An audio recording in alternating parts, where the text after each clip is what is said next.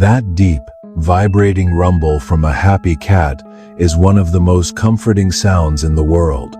It's a sound of pure contentment. But what if I told you that the king of the jungle, the lion, can't make that sound?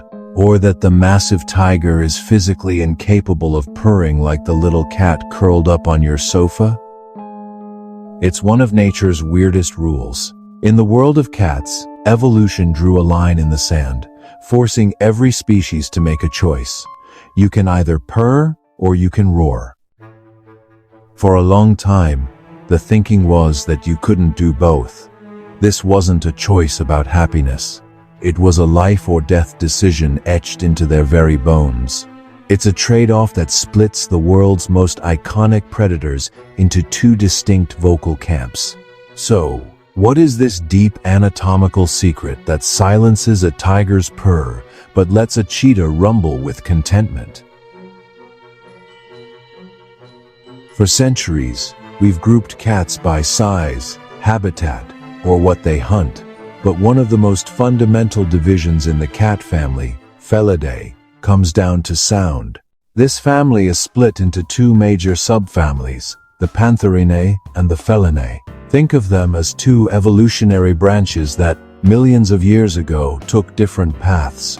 The Pantherinae are what we call the roaring cats, a group that includes the lion, tiger, leopard, and jaguar. These are the apex predators whose bone-rattling calls are all about power. The other subfamily, Feline, includes a much wider range of cats, from our domestic companions to bobcats, lynxes, and even some surprisingly large members like the cougar and the cheetah. These are the purring cats. It seems logical, big cats roar, small cats purr. But nature loves to break the rules. The cougar, or mountain lion, can weigh more than a leopard, yet it purrs. And the cheetah, a big cat by any casual definition, purrs loudly but can't roar. So if it's not size, what is it? The answer is hidden deep in the throat, in a delicate structure of bones that dictates the fate of every cat's voice. The ability to purr or roar all comes down to the hyoid apparatus, a structure of bones in the throat that supports the tongue and the larynx, or voice box. In the purring cats, the Feline, the hyoid is completely ossified, meaning it's a solid, rigid bone. When these cats vibrate their vocal cords, this bony hyoid resonates, creating that distinct, continuous rumble we know as a purr, which they can do while breathing both in and out. Now, let's look at the roaring cats.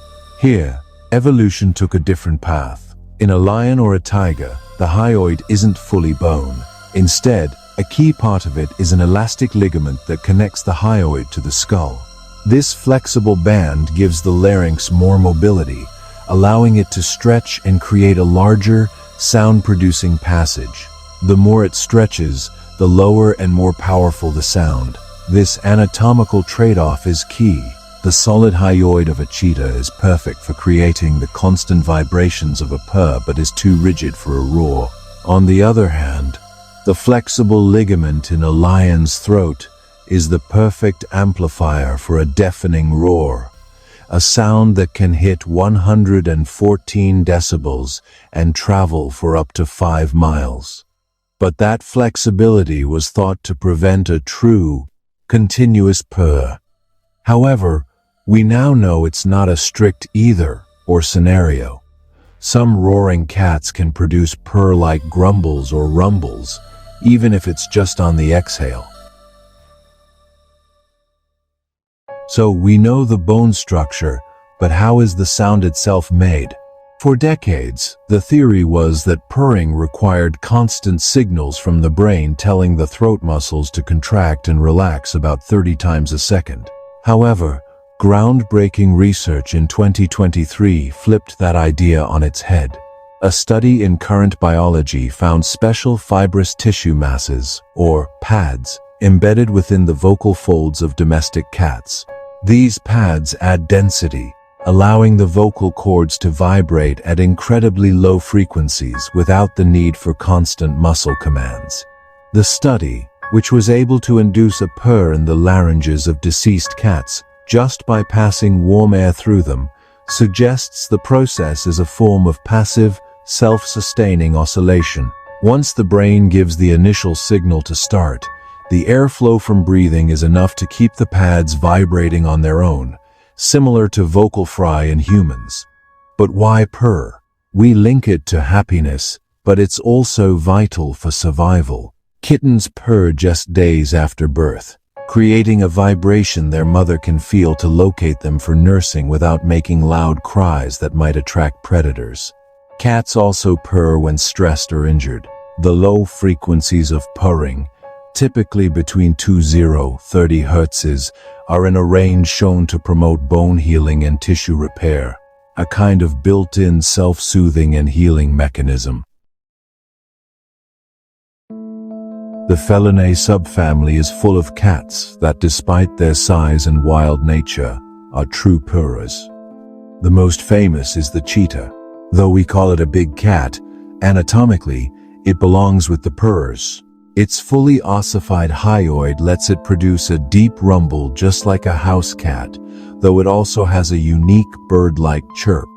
Another heavyweight purrer is the cougar.